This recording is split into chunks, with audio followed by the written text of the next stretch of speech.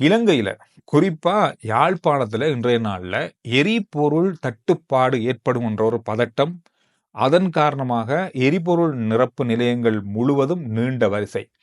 நிறைய எரிபொருள் நிலையங்களுடைய எரிபொருள் முற்றுமுழுதாக தீர்ந்திருக்கிறதுன்னு சொல்லப்படுது. அதோட இந்த நீண்ட வரிசையின் காரணமாக அங்கு பெரிய அளவான ஒரு எரிபொருள் தட்டுப்பாடு ஏற்படுமா அப்படின்ற ஒரு பதட்டம். அங்கு மட்டுமில்ல, நாட்டிலேயே ஏற்படுமான்ற ஒரு பதட்டம் ஏற்பட்டிருக்கு. இந்த பதட்டம் ஏன் ஏற்பட்டதுன்னு எல்லாருக்கும் தெரியும். இந்த இஸ்ரேல் இப்ப நடக்கிற ஈரானுக்கு இடையிலான போர் பதட்டம். இன்றைய நாள்ல கச்சா எண்ணெயுடைய விலை மிகப்பெரிய அளவில் அதிகரிச்சிருக்கு. இதனால எரிபொருள் தட்டுப்பாடு ஏற்பட்டுருமோ அப்படின்ற பதட்டம் காரணமாக யாழ்ப்பாணத்தினுடைய அத்தனை எரிபொருள் நிரப்பு நிலையங்களும் நீண்ட வரிசையாக காணப்பட்டது.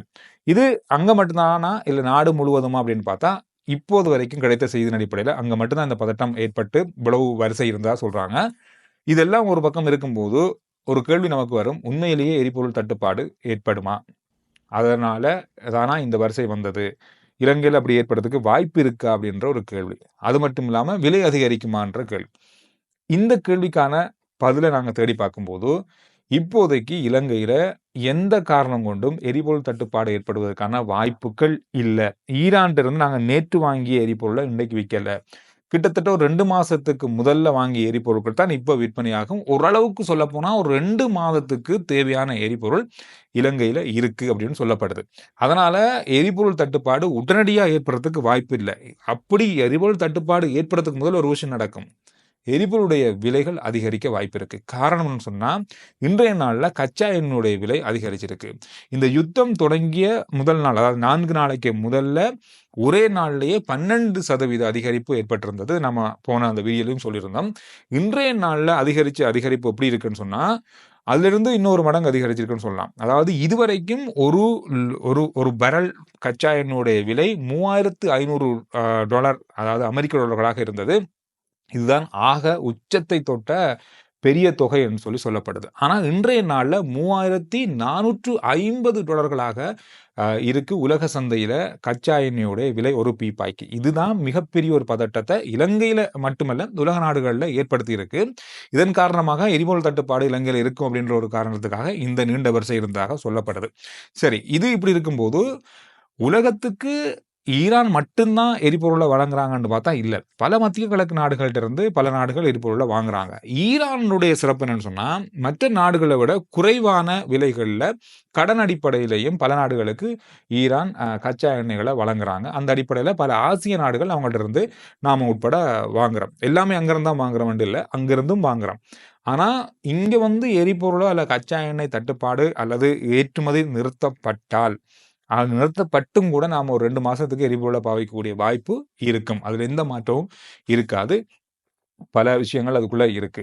அதோட இப்ப இஸ்ரேல், ஈரான் பக்கமாக என்ன நடந்து கொண்டிருக்கு? என்ன மாதிரியான புதிய தகவல்கள் இருக்கு அப்படின்னு பார்த்தா, இன்றைய நாள்ல பரவலா பேசப்பட்டது 2 நாடுகளுக்கும் இடையில போர் நிறுத்த ஒப்பந்தம் அல்லது போர் நிறுத்தம் தொடர்பான பேச்சுவார்த்தை ஒன்றுக்காக அழைக்கப்பட்டது. ஆனா ஈரான் உடனடியாக சொன்னது அல்லது ஒட்டுமொத்தமாகவே மறுத்திருந்தது, எந்த விதமான போர் நிறுத்த உடன்படிக்கைக்கும் நாங்கள் தயாராக இல்ல அப்படின்ற ஒரு மிக ஆணித்தனமான திடமான செய்தியை அவங்க சொல்லியிருக்காங்க. இதன் காரணமாக இன்றைய நாள்லையும் மாறி மாறி இஸ்ரேல் மீது ஈரான், ஈரான் மீது இஸ்ரேல் என்று மிகப்பெரிய அளவான தாக்குதல்களை நடத்தி கொண்டிருக்காங்க. இன்றைய நாள்ல ஈரான் ஒரு படி உயர்ந்திருக்கு அப்படின்ற மாதிரி சொல்லப்படுது. காரணம்னு சொன்னா, இஸ்ரேலுடைய தலைநகர் மீது மிக பெரிய அளவான ஏவுகணை தாக்குதல்கள் நடத்தப்பட்டிருக்கிறது. இந்த ஏவுகணை தாக்குதல் எல்லாமே சரியான முறையில முக்கியமான இடங்களை குறிவைத்து, அதாவது சில இஸ்ரேலுடைய அணு ஆயுத களஞ்சியங்கள் அல்லது அணு ஆயுத தயாரிப்புகள், அணு ஆயுதம் தொடர்பான பல இடங்களை குறிவைத்தும், சில விமான ஓடுபாதைகள், அதோடு இராணுவ விமானங்களை தரித்து வைக்கின்ற இடங்கள் தொடர்பாகவும் ஆராய்ந்து அந்த இடங்கள் தொடர்பாக அந்த இடங்களை குறிவைத்து தாக்குதல் நடத்தியிருப்பதாக சொல்லப்படுது. இதன் காரணமாக இஸ்ரேல் மிகப்பெரிய அளவிலான பாதிப்பை அடைந்திருக்கிறது. மிகப்பெரிய அளவாக நகரத்தின் பல பகுதிகள் பத்தி எரியும் அளவுக்கான தாக்குதலை ஈரான் இஸ்ரேல் மீது தொடுத்திருக்கிறது என்று சொல்லப்படுது. இப்ப இறுதியாக கிடைத்த தகவல்படி அதற்கு பதிலாக ஈரான் மீது இஸ்ரேல் தொடர்ச்சியான ஏவுகணை அல்லது ட்ரோன் தாக்குதல்களை ஆரம்பித்திருப்பதாகவும் சொல்றாங்க. இந்த தாக்குதல் இன்னும் உக்கிரமடையும் பட்சத்துல ஈரானுக்குள்ள இருக்கிற வெளிநாட்டு பிரஜைகள், இப்ப இலங்கையை சேர்ந்தவங்களா இருக்கட்டும், இந்தியாவை சேர்ந்தவங்களா இருக்கட்டும், மற்ற நாடுகளை சேர்ந்தவங்க இருப்பாங்க.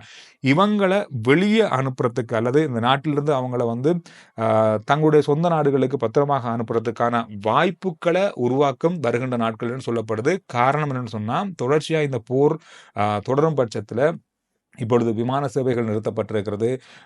இன்னும் உக்ரைன் அடையும் பட்சத்தில் நாட்டிலிருந்து வெளியவே வர முடியாத அளவிலையும் அவங்களுக்கு பாதிப்பு ஏற்படுத்தக்கூடிய வாய்ப்புகள் இருக்கும் என்ற ஒரு எதிர்ப்பு கூறல் காரணமாக இந்த நடவடிக்கை இடம்பெறலாம்னு சொல்றாங்க.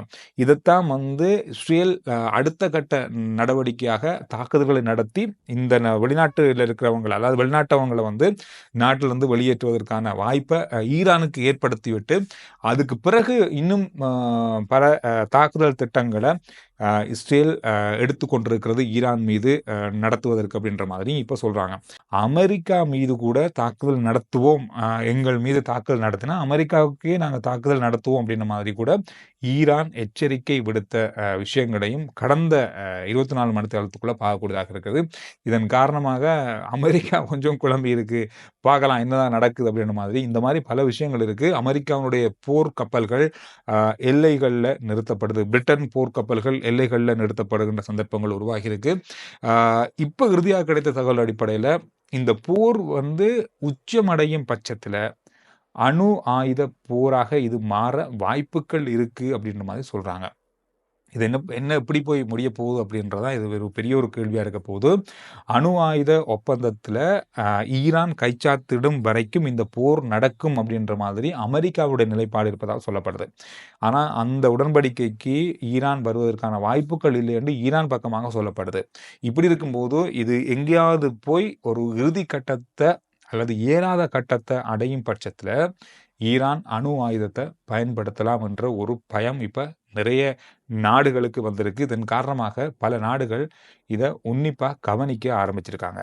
இந்த விஷயத்தோட சேர்த்து இன்றைய நாளில் மிக முக்கியமான நாம அண்மை நாட்களாக கடந்த நாட்களாக பேசி வந்த கொழும்பு மாநகர சபையினுடைய ஆட்சியை தேசிய மக்கள் சக்தி எம்பிபி கைப்பற்றியிருக்கிறது.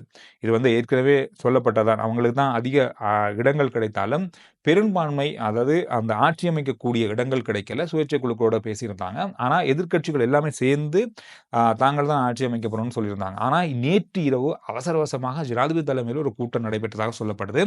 இன்றைய நாளில் ரகசிய வாக்களிப்பு, அதாவது யாருக்கு வாக்களிக்கிறாங்க அப்படின்ற வெளிப்படைத்தன்மை இல்லாமல் ரகசியமான வாக்களிப்பின் மூலமாக தேசிய மக்கள் சக்தி அதிகளவான வாக்குகளை பெற்று இன்றைய நாளில் கொழும்பு மாநகர சபையை கைப்பற்றியிருக்காங்க. இது ஒரு பரவலாக பேசப்படுது. எதிர்கட்சி பக்கமாக சொல்லப்படுது அப்படின்னு சொன்னால், நீங்கள் வந்து ரகசிய வாக்களிப்பு எடுத்திருக்கீங்க, நீங்கள் வெளிப்படையாக வந்து யாருக்கு வாக்களிக்காங்கன்னு சொல்லி எடுத்திருந்தா இந்த மாதிரி நடந்திருக்காது. டீல் பண்ணியிருக்காங்க, டீல் கொடுத்துருக்காங்க, பல லட்சக்கணக்கான பல கோடிக்கணக்கான காசை உறுப்பினர்களுக்கு கொடுத்து தான் தேசிய மக்கள் சக்தி வாங்கியிருக்காங்கன்ற பல குற்றச்சாட்டுகள் இருக்கு. ஆனாலும் எது எப்படி இருந்தாலும் அவங்களுக்கு ஆசனங்கள் அதிகமாக இருக்கு. ஒரு சில கட்சிகள் அல்லது ஒரு சில ஆசனங்கள் அல்லது ஒரு சில சுயேட்சை குழுக்கள் ஏற்கனவே நேரடியாக பேசியிருந்தாங்க. அவங்களுடைய ஆதரவோடு இன்றைய நாளில் இந்த மாநகர சபையை அவங்க கைப்பற்றியிருக்காங்க. இந்த விஷயம் இன்றைய நாளில் கொஞ்சம் பரபரப்பாக பேசப்பட்ட ஒரு முக்கியமான செய்தியாக இருக்கு. அதோட சர்வதேச நாணய நிதியத்தினுடைய பிரதிநிதியை இன்றைய நாளில் ஜனாதிபதி சந்திச்சிருக்காங்க. அவங்க சொன்ன பல விஷயங்கள் இன்றைய நாளில் பரவலாக பேசப்படுது. அதில் முக்கியமாக சொல்லப்பட்டிருக்க விஷயம் என்னன்னு சொன்னால், இப்போ நாடு போகிற இந்த நிலைமை அப்படின்றது முன்னேற்றகரமானது, சந்தோஷமான ஒரு நிகழ்வாக இருக்குது அப்படின்றத சொல்லியிருக்காங்க. ஆனாலும் கூட பல நிறுவனங்கள் பல பக்கமாக இப்பொழுது அரச நிறுவனங்கள், சில நிறுவனங்கள் வந்து இப்போ மின்சார சபையினுடைய இழப்பு அல்லது அதனுடைய நட்டம், இந்த மாதிரி பல நிறுவனங்களுக்கு இதுவும் வந்து லாபத்தில் இயங்கணும்.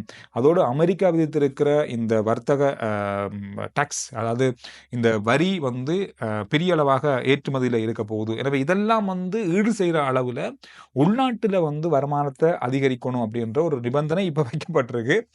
இதன் காரணமாக விலையேற்றங்கள் வர வாய்ப்பு இருக்கு. உடனே இல்லாட்டியும் அடுத்த கட்ட கடன் உதவி கிடைக்கிறதுக்கு முதல்ல வரலாம்னு சொல்லப்படுது. இதை நாங்கள் எதிர்பார்க்க தான் போகணும். காரணம்னு சொன்னால், இலங்கையினுடைய பல பிடி இப்பொழுது சர்வதேச நாணயத்தில் இருக்குது. அது நாம் தவிர்க்க இயலாது, எந்த அரசாங்கமாக இருந்தாலும். அந்த அடிப்படையில வருகின்ற நாட்கள்ல அல்லது வருகின்ற வாரங்கள்ல, வருகின்ற மாதத்துல இந்த மாரியான அத்தியாவசிய பொருட்களுக்கான விலை, போக்குவரத்து கட்டணம், நம்ம முதல்ல சொன்ன மாதிரி எரிபொருள் கட்டணம் இந்த மாரியெல்லாம் அதிகரிக்க வாய்ப்புகள் இருக்கு. இலங்கையினுடைய அடுத்த கட்ட பொருளாதார நகர்வு அப்படின்றது எங்கேயுமே நட்டத்துல இயங்கக்கூடாது. லாபத்துல இயங்கக்கூடிய நிறுவனங்களாக அரச நிறுவனங்கள் இருக்கணும் அப்படின்ற பல நிபந்தனைகள் இருக்கிறதால, இந்த விலையேற்றத்த நாங்க எதிர்பார்த்து காத்திருக்கலாம். அது எந்த துறையில, எந்த பக்கமாக இருக்கும்னு சொல்லி சொல்ல முடியாது. விஷயங்கள் தான் இன்றைய நாள்ல பார்க்கக்கூடிய முக்கியமான செய்திகளாக இருந்தது. RJ Chandru report YouTube channel, Facebook page, WhatsApp channel இது எல்லாத்தையும் ஃபாலோ பண்ணுங்க. அடுத்த வீடியோல நான் உங்கள சந்திக்கிறேன்.